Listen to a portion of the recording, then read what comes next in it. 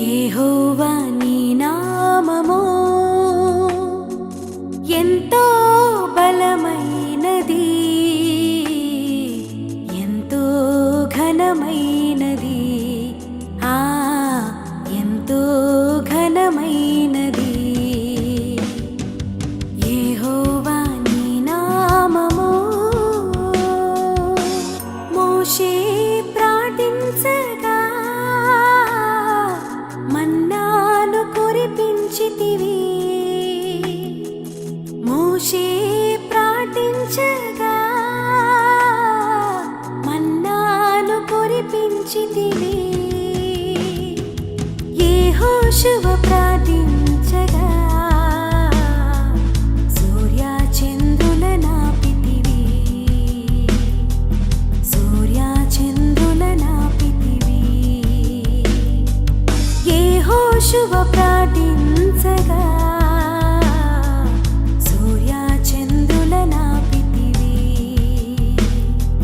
సూర్య చంద్రుల నాపితివి. యెహోవా నీ నామము. మనం తినటానికి ఒక మంచి ప్లేస్ ఎన్నుకుంటాం. ప్రశాంతమైన స్థలంలో, పరిశుభ్రమైన స్థలంలో మనం ఆహారాన్ని తీసుకుంటాం. ఒక పూట తిని వదిలేసే ఆహారం విషయంలోనే ఇంత పరిశుద్ధతను, ఇంత పరిశుభ్రతను పాటిస్తున్నావు. బట్ నీ హృదయము, నీ మనసు, నీ ఆత్మను ప్రభావితం చేసే ఒక సినిమా ఎక్కడ చూడాలి, ఎలా చూడాలి? ఏదైనా అంతే. కనుక పరిశుద్ధ ఆత్మ దేవుడు నీలో ఉంటే నువ్వు బజార్ల చుట్టూ తిరగలేవు, బజార్లో కూర్చోలేవు, త్రాగుబోతుల దగ్గర నిలబడలేవు, నువ్వు ఎక్కడ పడితే అక్కడ మాట్లాడలేవు, ఎవరితో పడితే వాళ్ళతో స్నేహాలు చేయలేవు. పరిశుద్ధాత్మ దేవుడు he leads us, he guides us. మనల్ని ఆయన నడిపిస్తాడు. ఇక్కడ నిలబడొద్దు, ఇక్కడ కూర్చోవద్దు, ఇక్కడ మాట్లాడొద్దు, ఈ స్నేహం వద్దు, ఈ స్నేహం వద్దు, ఈ ప్రాంతం వద్దు, ఈ పరిసరాలు మంచివి కావు. దేవుని సేవకునిగా యవన బిడ్డలారా, బాప్తిస్మాలు తీసుకుని బిడ్డలారా, ముఖ్యంగా యవన చెల్లెళ్ళు, చిన్న బిడ్డలు, చదువుకుంటున్న బిడ్డలు, దుష్టుడు మీకు మంచి భవిష్యత్తుని లేకుండా చేస్తాడు. వాడు దొంగ, వాడు మిమ్మల్ని దోచుకుంటాడు, వాడు మిమ్మల్ని ప్రాణం తీస్తాడు, వాడు నాశనం చేస్తాడు. కనుక పరిశుద్ధ ఆత్మ దేవుని యొక్క నాయకత్వంలోకి రా. నీ శక్తి చాలదు, నా శక్తి కూడా చాలదు, మన జ్ఞానం చాలదు, మన నిగ్రహ శక్తి చాలదు. మనం పూర్తిగా పరిశుద్ధ ఆత్మని స్వాధీనంలోకి వెళ్ళిపోవాలి. ప్రభువా, if it is thy will, నీ చిత్తమైతే నన్ను నడిపించు, నీ చిత్తం కాకపోతే నన్ను కూర్చోబెట్టు. కనుక ప్రతి ఒక్క వ్యక్తి పరిశుద్ధాత్మ చేత నడిపించబడితేనే దేవుడు కార్యం చేస్తాడు. జెరుబ్బాబెలు గురించి మాట్లాడుతూ జకర్యా గ్రంథములో, ఓ గొప్ప పర్వతమా, జెరుబ్బాబెలును అడ్డగించుటకు నువ్వే పాడిదానో చదును భూమి అవుతావు. దేవుడు శక్తి చేతనైనను బలము చేతనైనా కాదు, కానీ ఇది నా ఆత్మ చేత జరిగిద్ది. నిజంగా గొప్ప పర్వతాలు మనం ఎక్కలేం, మనం జయించలేం. కానీ పరిశుద్ధాత్మ దేవుడు మనలో ఉంటే గొప్ప పర్వతం తన బిడ్డ ఎదురు జెరుబ్బాబెలు ఎదుట నిలబడలేదు. ఆమె చెప్పండి. కొన్నిసార్లు అనిపిస్తుంది, ఇంత పెద్ద పాపం, ఇంత పెద్ద స్నేహం, ఇంత పెద్ద లాభం ఎట్టు ఎదుర్కోవాలి? ఇది నా జీవితానికి సరిపోదు. అందుకనే మనం ఏం చేస్తుంటే, మనం విడవలేనిది పర్వతం లాగా ఉంటుంది, మనం జయించలేనిది పర్వతం లాగా ఉంటుంది. మనకి చాలా భయం వేస్తుంది. డానియేల్ అన్న చెప్పటం ఈజీలే, ప్రసంగమే కదా, ఆయన అలా చెప్తాడు కదా, నాకు ఎట్ట కుదిరిద్ది, ఇది నాకు ఎలా సాధ్యమవుతుంది? మనసంతా పాడైపోయినప్పుడు, హృదయం అంతా పాడైపోయినప్పుడు ఇది నాకు ఎలా సాధ్యమవుతుంది? కానీ సేవకునిగా నేను ప్రేమతో చెప్తున్నాను, అది గొప్ప పర్వతమే, కానీ దేవుని ఆత్మ ఎదుట ఆ పర్వతము చాలా చిన్నదైపోద్ది. Praise the lord. హల్లెలూయా. గట్టిగా చెప్దు హల్లెలూయా. ఆ పర్వతం నువ్వు ఏదైతే నిన్ను భయపడుతుందో, ఏదైతే ఇంపాసిబుల్గా ఉందో, ఏదైతే అసాధ్యం అనిపిస్తుందో, ఆ పర్వతాన్ని దేవుని ఆత్మశక్తి చేత నువ్వు జయిస్తావు. అది అడ్డం రాలేదు, పర్వతాలు సైతం తొలగిపోతాయి. కనుక ఇక్కడ కూర్చుని మీ అందరికీ అదే చెప్తున్నాను, పరిశుద్ధ ఆత్మదేవుని పొందుకోండి, పొందుకుంటే సంతోషం. మూడోది, ఫిలిప్పీలకు రాసిన పత్రిక 4:11-13. ఇక్కడ విషయం ఏం చెప్తుందంటే, నేను దీనస్థితిలో ఎరుగుదును, సంపన్న స్థితిలో ఎరుగుదును, ప్రతి విషయంలో అన్ని కార్యములను కడుపు నిండి ఉండుటకు, ఆకలిగా ఉండుటకు, సమృద్ధి కలిగి ఉండటం, లేమిలో ఉండటకు నేర్చుకుని ఉన్నాను. నన్ను బలపరచువాని అందే నేను సమస్తమును చేయగలను. ఎలా చేయగలవు? ఇప్పుడు మాటలు ఈజీ అండి. పౌలు అంటున్నాడు, నేను దీనస్థితిలో ఉండనెరుగుదును, నేను సంపన్న స్థితిలో ఉండనెరుగుదును. నేను ఏ స్థితిలో ఉన్నా ఆ స్థితిలో సంతృప్తి కలిగి నేర్చుకున్నాను. ఇప్పుడు పట్టిన పరమ దెయ్యం ఈ దెయ్యం బడి సావ. ఈ దెయ్యం ఏంటో తెలుసా? మనిషికి సంతృప్తి లేకుండా పోతుంది. ఏం లేకుండా పోతుంది? చెప్పండి, గట్టిగా చెప్పండి. మీరు మెలకుగుండి చెప్పండి, తొందరగా అయిపోద్ది. ఏం లేకుండా పోతుంది? సంతృప్తి లేదు. There is no satisfaction. ప్రతి మనిషికి 99% సంతృప్తి లేని జీవితాలు, సంతృప్తి లేని కుటుంబాలు, సంతృప్తి లేని యవ్వన బిడ్డలు, సంతృప్తి లేని విశ్వాసులు, సంతృప్తి లేని పాస్టర్స్, సంతృప్తి లేని క్రైస్తవ లోకం, సంతృప్తి లోకానికి లేదు, సంఘానికి లేకుండా పోతుంది. పౌలు భక్తుడు అన్నాడు, నేను ఏ స్థితిలో ఉన్నా ఇట్స్ ఎనఫ్ ఫర్ మీ, ఇది నాకు చాలు, నేను చాలా సాటిస్ఫాక్షన్గా ఉన్నాను. ఒక సేవకురాలు చెప్తుంది, అసలు నా వేదన చెప్పుకోలేకపోతున్నాను, నా వేదనకు మాటలు కూడా రావట్లేదు అన్నది. 3 పూటల 3 రోజులు 6 ప్లేట్లు తిన్నామని చెప్తుంది ఈ మాట.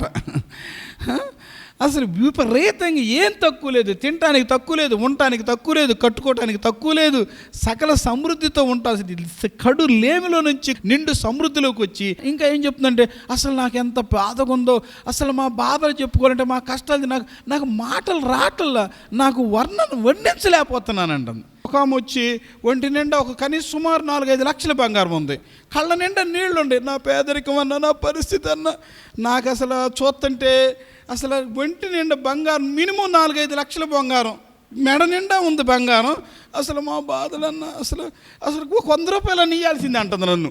ఇంక నాకు అసలు మెంటలు వచ్చేటట్టుంది, నిజంగా నాకు మెంటలు వచ్చేటట్టుంది. ఎట్లా చెయ్యాలిగా? నాకు ఈ మాటలంటే ఆమె గుర్తుకొచ్చిందనమాట. ఆమె గుర్తుకొచ్చింది. మేము ఏంటి ఇలాగా, దేవుడు మనల్ని ఏ స్థితిలో నుంచి తెచ్చాడు, అసలు మనం ఎక్కడున్నాము? కనీసం ఒక గిద్దె బియ్యం లేని రోజులు ఉన్నాయి కదా, ఒక గిద్ద బియ్యం కూడా, రేషన్ బియ్యం అప్పు తెచ్చుకున్న రోజులు ఉన్నాయి, రేషన్ బియ్యం అప్పు తెచ్చుకొని వాటిని మళ్ళీ తీర్చలేక ఇబ్బంది పడ్డ రోజులు ఉన్నాయి, ఆ ఇచ్చిన వాళ్ళు అడిగిన రోజులు ఉన్నాయి.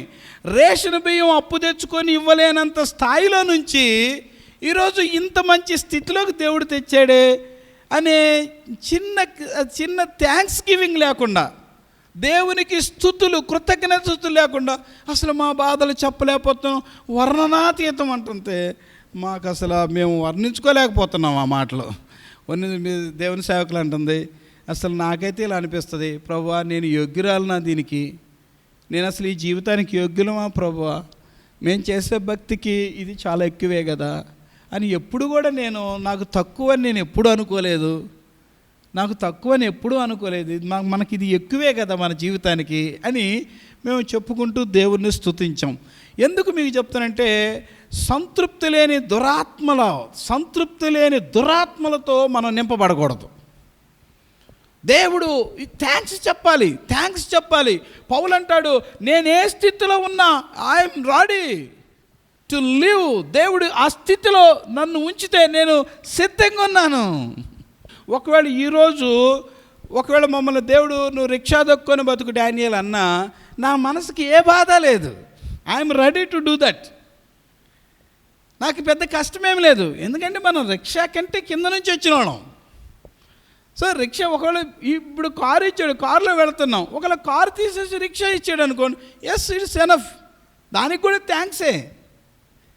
నేను మీతో చెప్తున్నాను, దయచేసి ఒకళ్ళని చూసి ఒకళ్ళు ఏడవకండి, ఒకళ్ళని చూసి ఒకళ్ళు వ్యసన పడకండి, ఒకళ్ళని చూసి ఒకళ్ళు కించపరుచుకోబాకండి, ఒకళ్ళని చూసి ఒకళ్ళు కృంగిపోబాకండి. దేవుని వాక్యాన్ని చూడండి. పౌలు అంటాడు, నన్ను బలపరిచే దేవుడు నేను సమస్తం చేయగలను. సమస్తం అంటే ఏంటి?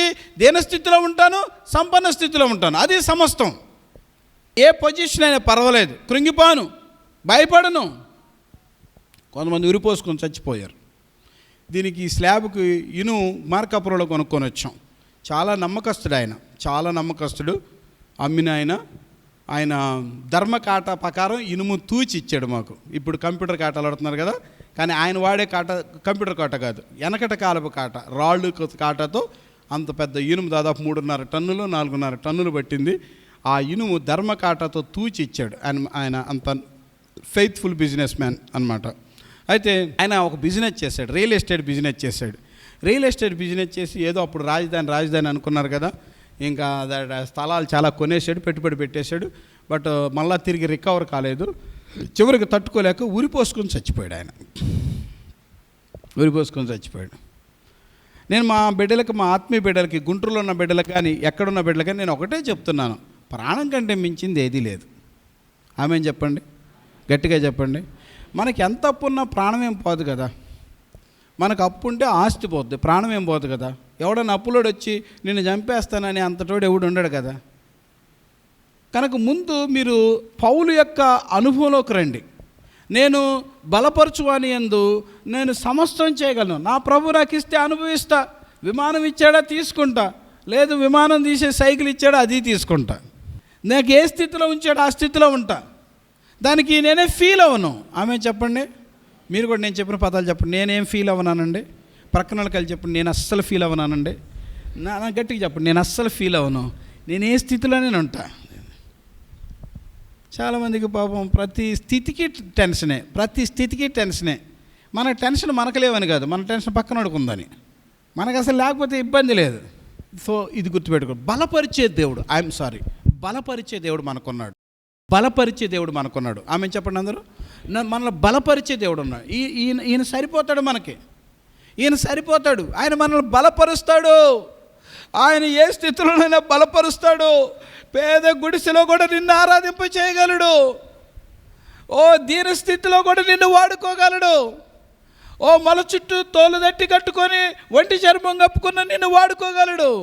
రాజవస్త్రాల్లో కూర్చోబెట్టి రాజుగా చేసి వాడుకోగలడు. ఓ లోపలున్నది దేవుడు, లోపల బలపరిచేది దేవుడు, మనిషి కాదు. నాకు దేవుడున్నాడు. పేదరికమా నాకు దేవుడున్నాడు చెప్పు. పేదరికమా నాకు దేవుడున్నాడు. అనారోగ్యమా నాకు దేవుడున్నాడు. అవమానాలా నాకు దేవుడున్నాడు. నిందల్లారా నాకు దేవుడున్నాడు. శత్రువులారా నాకు దేవుడున్నాడు. నన్ను బలపరచు దేవుడు. 18వ కీర్తన, నా యెహోవా నా బలమా, నేను నిన్ను ప్రేమించుచున్నాను. ఆయన నా శైలము, ఆయన నా కోట, ఆయన నా ఆశ్రయదుర్గము, ఆయనే నా దేవుడు. మన satisfaction it's depends upon our God. మన సంతృప్తి అనేది మన కలిమి మీద లేదు, మన లేమి మీద లేదు. దేని మీద ఉంది మరి? మాట్లాడతారా? దేవుడి మీద ఆధారపడింది. దేవుడు లేని కలిమిలో సాటిస్ఫాక్షన్ రాదు. దేవుడు లేని లేమిలో కూడా సాటిస్ఫాక్షన్ రాదు. దేవుడు లేకుండా కోట్లు ఉన్నా కానీ తృప్తి ఉండదు. దేవుడు లేకుండా పేదరికంలో కూడా తృప్తి ఉండదు. దేవుడు ఉంటే పేదరికమైన తృప్తే, దేవుడు ఉంటే ఔశ్వర్యమైన తృప్తే. చాలామంది అంటారు నాకు చాలా ఉంది తృప్తి లేదు. చాలా ఉంది కానీ నీకు దేవుడు లేడు అందుకే తృప్తి లేదు. కొంతమంది అంటారు నాకు ఏమి లేదు ఎట్ట తృప్తిగా ఉండమంట అంటారు. ఏమి లేనందుకు తృప్తి కోల్పోవాలా నువ్వు? నీకు ఏమి లేని టైంలో కూడా దేవుడినన్నా తెచ్చుకోవాలా, దరిద్రం. కొంతమంది కష్టాల్లోనన్నా దేవునితో ఉంటారు. నీకు కష్టాల్లో వచ్చినప్పుడు దేవుడితో ఉండకపోతే ఇంకెప్పుడు ఉంటావు? ఒక కొరత వచ్చినప్పుడు, ఒక సమస్య వచ్చినప్పుడు, ఒక వ్యాధి వచ్చినప్పుడు, ఒక నలుగుడు వచ్చినప్పుడు, ఒక అవమానం వచ్చినప్పుడు, దేవా నువ్వే కదా నాకు దిక్కనే ఆ మనసు, ఆ ప్రార్థన మనకు రాకపోతే ఇంకెప్పుడు వస్తుంది? అందుకనే మనము దేవుని కలిగి ఉందాం. పౌలు భక్తుడు నన్ను బలపరచు అని అందు, అంటే నన్ను బలపరిచే దేవుడు ఎందు, నన్ను బలపరిచే యేసయ్య యందు నేను ఏదైనా చేస్తాను. అంటే ఏ స్థితిలోనైనా ఉంటాను. ఆమె చెప్పండి. ఎవరన్నా మీరు ఒంటరిగా ఎట్లున్నారండి అని అడిగారు అనుకోండి, ఒంటరిగా ఎందుకు ఉన్నానండి, దేవుడు ఉన్నాడండి అని చెప్పాలి. ఇంతమందిని మీరు ఎట్ట సాగుతున్నారండి అని అనుకోండి, ఎంతమంది నేను సాగేది ఏందండి, దేవుడు సాగుతున్నాడండి అని చెప్పాలి. వీళ్ళతో మీరు ఎట్ట ఎగుతున్నారండి అని అనుకోండి, వాళ్ళతో నేనేగేది ఏందండి, దేవుడు ఉన్నాడండి అని చెప్పాలి. ఆమె చెప్పండి అందరు. అంటే మనకు కామన్గా మన ప్రతి సమస్యకు పరిష్కారం ఎవరు చెప్పండి, గట్టిగా చెప్పండి. ఆ శబ్దం గట్టిగా రావాలి. దేవుడు మనకు ఆశ్రయమును దుర్గమునై ఉన్నాడు. ఆపత్కాలంలో ఆయన నమ్ముకొనదగిన సహాయకుడు. కావున భూమి మార్పు నొందినను, సముద్రములు పొంగినను, వాటి నురుకుకు పర్వతములు కదిలినను మనము భయపడము. we can't afraid because God is with us. దేవుడు మనతో ఉన్నాడు, దేవుడు మనలో ఉన్నాడు. నాకు దేవుడే ఆధారం అని చెప్పండి. అందరు గట్టిగా చెప్పండి. నేను చెప్పిన మాట చెప్పండి. నాకు దేవుడే ఆధారం. మీరు గట్టిగా చెప్పండి. నాకు దేవుడే ఆధారం, నాకు దేవుడే బలం, నాకు దేవుడే తోడు, నాకు దేవుడే ఆశ్రయము, నాకు దేవుడే నా అండ. ఎవరన్నా అడిగారు నీకు ఎవరున్నారమ్మా అన్నారు. నాకు దేవుడు ఉన్నాడయ్యా. ధైర్యంగా చెప్పగలగాలి, నాకు దేవుడు ఉన్నాడు. ఎస్, నాకు దేవుడు ఉన్నాడు. It's my experience. నాకు దేవుడు ఉన్నాడు. నీకెవరున్నారు? కొన్నిసార్లు నేను ప్రభువులోకి రాకమునుపు ఈ మాటలు నేను చాలాసార్లు విన్నాను, చాలాసార్లు ప్రశ్నించబడి నీకెవరున్నారా, నీకెవడున్నాడు, నీ ఒక కుక్క లాంటి వాడువు, నీకెవడున్నాడు? ఎవడు లేడు, ఏమీ లేదు. ఎవడు లేడు, ఏమీ లేడు. కానీ ఎవరు లేని, ఏమీ లేని వ్యక్తికి ఎవరున్నారు? అందుకనే అందరం పాడదాం. అమ్మ లేకపోయినా, నాన్న లేకపోయినా, ఎవరు లేకపోయినా నే బ్రతుకగలను. అమ్మ లేకపోయినా, నాన్న లేకపోయినా, ఎవరు లేకపోయినా నే బ్రతుకగలను. నీవు లేకపోతే క్షణమైన కూడా, నీవు లేకపోతే క్షణమైన కూడా నే బ్రతుకలేను స్నేహితుడా, నే బ్రతుకలేను యేసయ్యా, నే బ్రతుకలేను స్నేహితుడా, నే బ్రతుకలేను యేసయ్యా. చాలు. విషయం ఏంటంటే దేవుడు దేవుడు దేవుడు దేవుడు. ఇంటికి వెళ్ళినా కూడా దేవా నువ్వు ఉన్నావు, నువ్వు ఏ స్థితి ఇచ్చినా థ్యాంక్ యూ లో, థ్యాంక్ యూ. ఒంటరి స్థితి ఇచ్చావా, అబ్బా ఎంత మంచి కమ్మన స్థితి ఇచ్చావయ్యా. ప్రైజ్ వల్ల ఆమెను చెప్పండి, అందరూ గట్టిగా చెప్పండి. అబ్బా నా ఒంటరితనం ఎంత మాధుర్యంగా ఉందయ్యా. ఎందుకో తెలుసా, నా ఒంటరితనంలో there is no any disturbance. నాకెవరు వచ్చి నన్ను బాధ్యతగా అడిగేవాళ్ళు లేరు, నాకెవరు వచ్చి నన్ను అభ్యంతరపరిచేవాళ్ళు లేరు. నా నిండు మనసుతో, నా నిండు జీవితము, నా శేష జీవితము నీ కొరకే, నీతోనే, నీలోనే. I want complete my life for your ministry. దేవుడు అనుమతించిన ప్రతిదీ ఆశీర్వాదమే. ఆమె చెప్పండి. నేను అనుమతించాలని కోరటలేదు, అనుమతించాలని ప్రయత్నం చేయటం లేదు.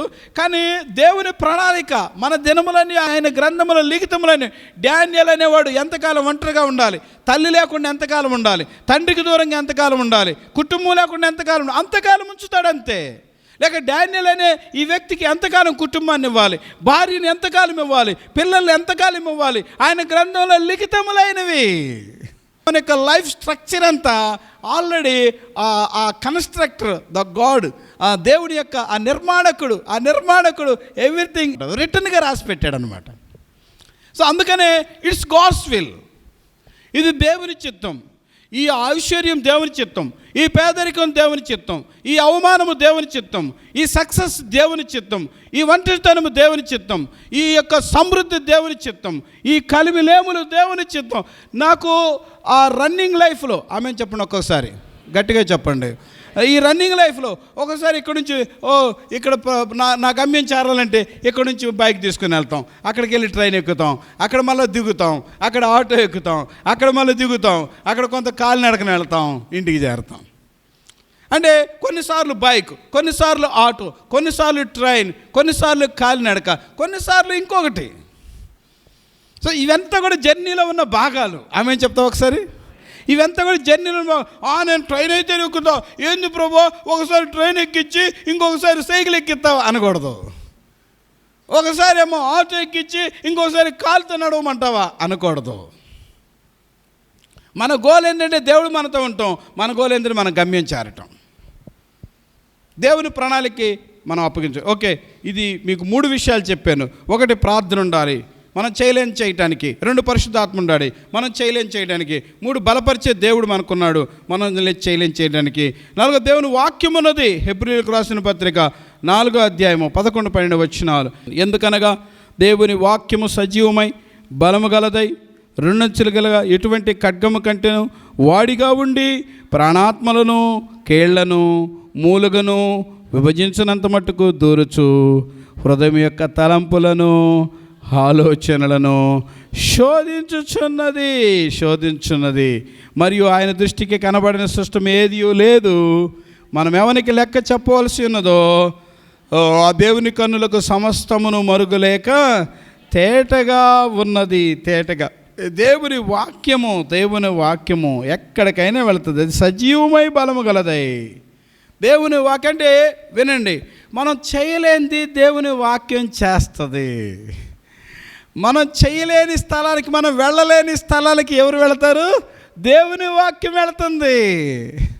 మన ఐడియాలజీలో లేనిది దేవుని వాక్యం ఇస్తుంది. భక్త్ సింగ్ గారు బైబిల్ చదువుతూ ఉన్నాడు, ఒక మాట పట్టుకుంది. ఏం మాట అండి? నిశ్చయముగా ఒకడు క్రొత్తగా జన్మించకపోతే దేవుని రాజ్యం అంతే. That's all. తన లైఫ్ టర్నింగ్ అయిపోయింది. మార్టిన్ లూథర్కి ఒక వాక్యం పట్టుకుంది, నీతిమంతుడు విశ్వాస మూలం బ్రతుకు. అంతే, ప్రపంచం తలకిందలైపోయింది. దేవుడు కార్యం చేస్తాడు. AMG డైరెక్టర్ జాన్ డేవిడ్ గారికి ఒక మాట పట్టుకుంది. ఏంటంటే, తన స్నేహితుడు మరొక స్నేహితుడి దగ్గరికి వచ్చి, నా స్నేహితుడు అర్ధరాత్రి నా ఇంటికి వచ్చేసాడు, నా స్నేహితుడు నాకు ఒక రొట్టె ముఖ్యం అని బ్రతిమలాడటం. అంతే, AMG సంస్థ స్టార్ట్ అయిపోయింది. Praise the lord. హల్లెలూయా. చెప్తా hallelujah. What a wonderful God. వాక్యం, the word of God, the power of the word of God.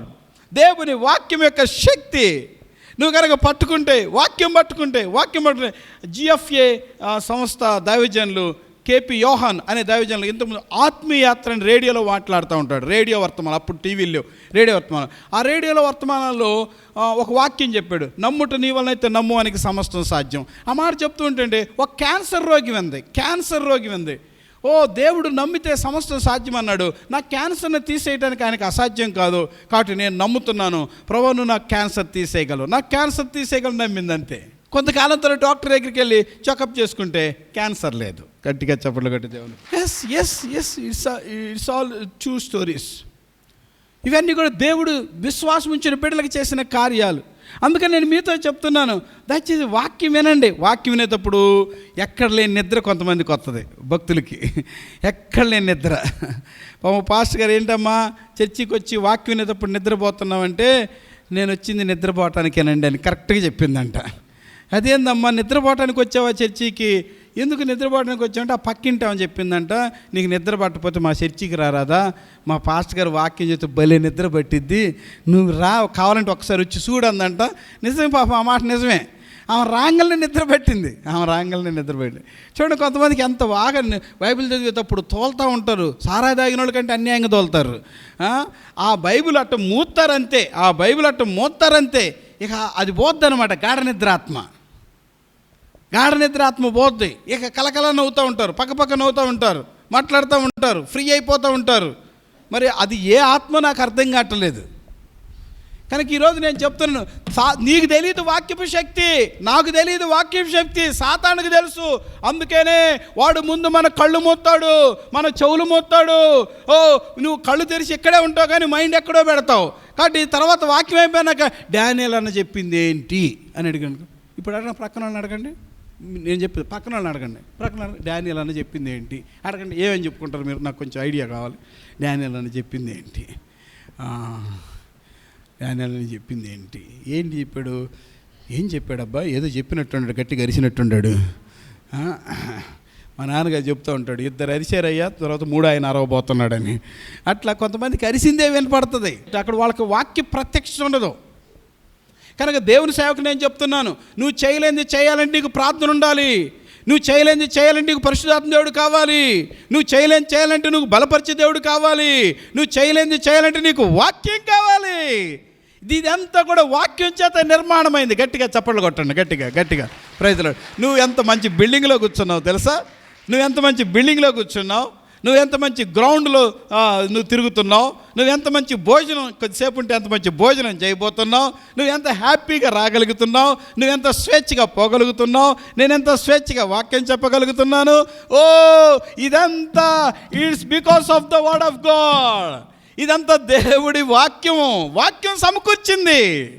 వాక్యం మాట్లాడింది, వాక్యం సమృద్ధినిచ్చింది, వాక్యం నిర్మాణాన్ని ఇచ్చింది, వాక్యం వాహనాన్ని ఇచ్చింది, వాక్యం ఆహారాన్ని ఇచ్చింది, వాక్యం నీకు వండి పెట్టే బిడ్డలను ఇచ్చింది. అందుకనే వాక్యము మనం చేయలేని దాన్ని చేపిస్తుంది. ఆమె చెప్తావా? కనుక నువ్వు వాక్యం చదువు, వాక్యం నమ్ము, వాక్యం విను, వాక్యం పాటించు, వాక్యం ప్రకటించు. మీరు సర్వలోకమునకు వెళ్ళి సర్వసృష్టికి సువార్తను ప్రకటించు. సర్వలోకానికి సర్వసృష్టి సువార్త ప్రకటించమంటే ఒక పక్కింటి అంతా తగాద పెట్టుకుంటుంది. దేవుడు చెప్పింది ఏంది, నువ్వు చేసింది ఏంది? ఇంత దరిద్రపు పరిస్థితి మన దేశానికి ఎప్పుడు పోద్దో. మన కర్మ, మనం సువార్త ప్రకటించే ఆ బిజీలో పడలేకపోయాం. సువార్త ప్రకటించే ఆ కసి మనలోకి రాలేదు, సువార్త ప్రకటించే ఆ ప్రేమ మనలోకి రాలేదు, సువార్త ప్రకటించే ఆ బాధ్యత మనలోకి రాలేదు. ఓ నేను ఎందుకు ఇక్కడ ఉండాలి? మీకు ప్రేమతో చెప్తున్నాను, వేరే ఉద్దేశంతో కాదు.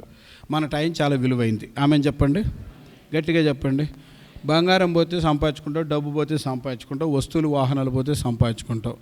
కానీ నీ ప్రాణం పోయినా, నీ సమయం పోయినా సంపాదించుకోలేవు. కనుక నీ సమయం is equal to your life, your time is equal to your life. నీ ప్రాణము, నీ సమయము రెండు ఈక్వలే. కనుక మన సమయాన్ని దొంగిలించడానికి సాతానుడు ఏదో ఒకటి చెబుతాడు, ఏదో ఒకటి చేస్తాడు. మనం ఓడిపోయేటట్టు చేయడానికి, మనల్ని ఎక్కడో చోట స్ట్రక్ అయ్యేటట్టు చేస్తాడు, ఎక్కడో చోట ఆగిపోయేటట్టు చేస్తాడు.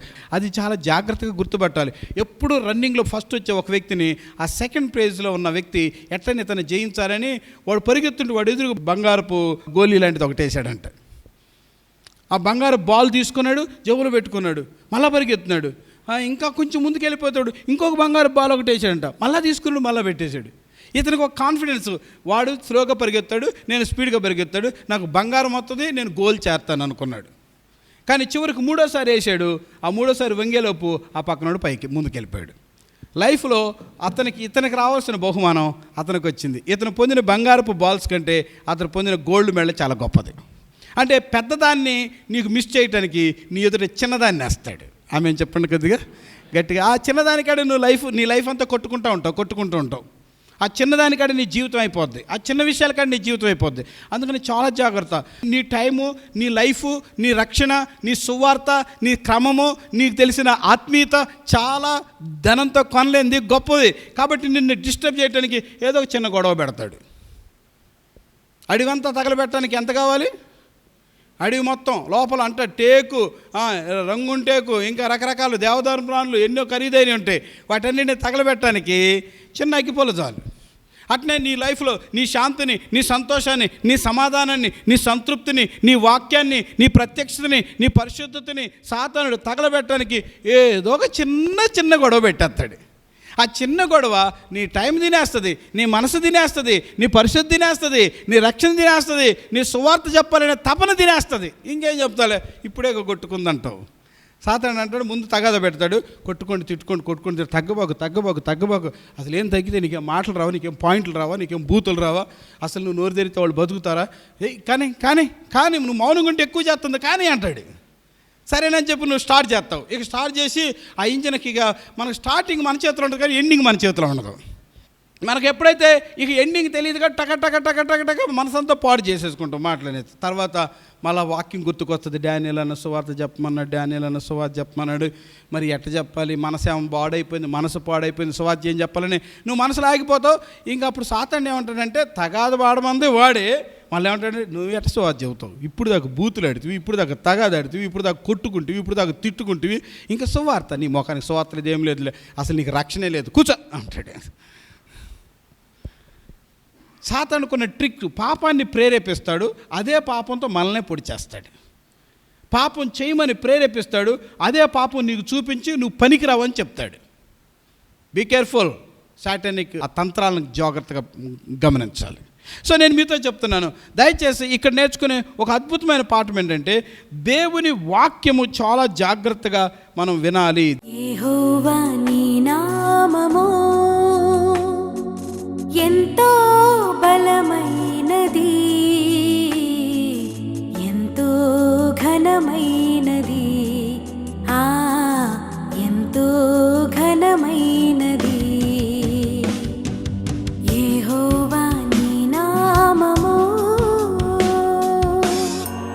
మోషే ప్రార్థించగా మన్నాను కురిపించితివి. మోషే ప్రార్థించగా మన్నాను కురిపించితివి. యెహోషువ ప్రార్థించగా సూర్య చంద్రుల నాపితివి. సూర్య చంద్రుల నాపితివి. యెహోషువ ప్రార్థించగా